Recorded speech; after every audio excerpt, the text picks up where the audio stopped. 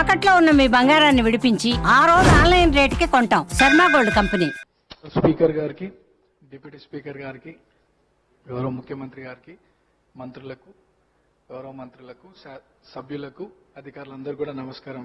Speaker sir, first time మాట్లాడుతున్నందుకు చాలా హ్యాపీగా feel అవుతూ మీకు ధన్యవాదాలు తెలియజేస్తూ, గత 2 సంవత్సరాల క్రితం ఇదే సభలో గౌరవ ముఖ్యమంత్రి గారు ఒకానొక సందర్భంలో పేరు ప్రస్తావించడం, 2 సంవత్సరాల లోపే ఇక్కడ ఈ సభలో తోటి సభ్యుడిగా రావడం చాలా అదృష్టంగా, గౌరవంగా భావిస్తూ అధ్యక్ష, మా సామాన్య కుటుంబం నుండి వచ్చినటువంటి నాకు ప్రజాసేవ కల్పించే అవకాశం కల్పించినటువంటి మా ముఖ్యమంత్రి గారికి, కాంగ్రెస్ పార్టీ పెద్దలకు ఈ అవకాశాన్ని స్వాగతిస్తూ మా ప్రాంత ప్రజలందరూ కూడా నన్ను ఆశీర్వదించి సభకు పంపించడం వల్ల అందరికీ కూడా మనసారా కృతజ్ఞతలు తెలియజేస్తూ, సార్, ఈ సభలో మాట్లాడే ప్రతి మాట, ప్రతి అంశం కూడా ప్రజల జీవితాలతో ముడిపడింది కాబట్టి సభ గౌరవిస్తూ, సభ మర్యాదలను పాటిస్తూ ముందుకు సాగుతానని, మా ప్రాంత ప్రజల యొక్క సమస్యలు పరిష్కరించడానికి గౌరవ ముఖ్యమంత్రి గారి ఆశీస్సులతో, సలహాలు, సూచనలతో మా ప్రాంత ప్రజల సమస్యలు పరిష్కరిస్తూ వారి సంక్షేమ అభివృద్ధి కోసం సాగుతాను ముందుకి.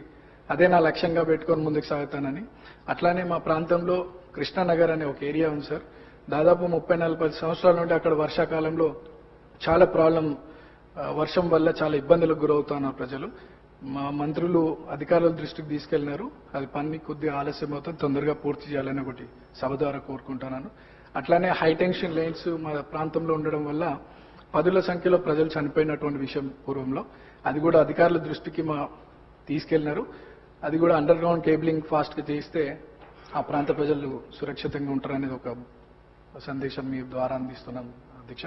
అండ్ చాలా మంది పిల్లలు కూడా అక్కడ చదువుకొని 10th తర్వాత ఫైనాన్షియల్ ప్రాబ్లం వల్ల చదువుకోలేని పరిస్థితి. సో అక్కడ ఒక ఇంటర్మీడియట్ అండ్ డిగ్రీ కాలేజ్ కూడా వస్తే బాగుంటుందని ఒక అభిప్రాయం తెలియజేస్తూ నాకు ఈ అవకాశం ఇచ్చినటువంటి మీకు థ్యాంక్స్.